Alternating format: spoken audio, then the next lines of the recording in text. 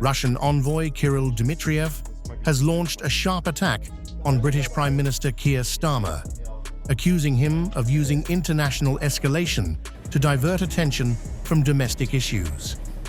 In a post on X, Dmitriev claimed Starmer was attempting to distract the British public instead of addressing concerns over crime and immigration.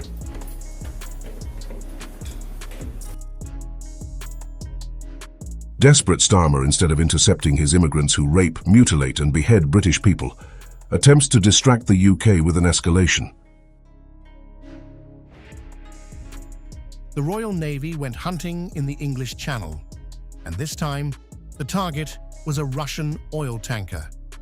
In the early hours, British forces intercepted the vessel Smirtos, part of Russia's so-called Shadow Fleet.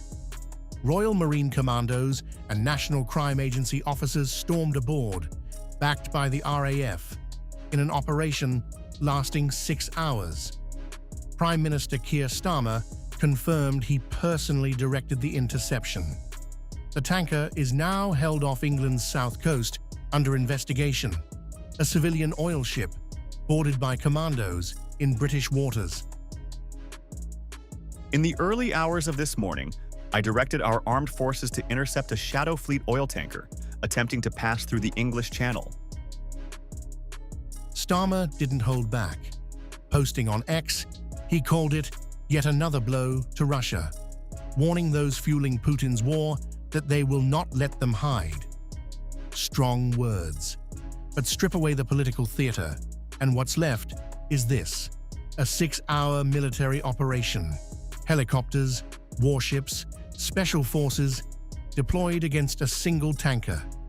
The UK insists this was lawful, conducted under international and domestic law, in coordination with France. The question is what this signals next for every ship moving Russian oil near British waters.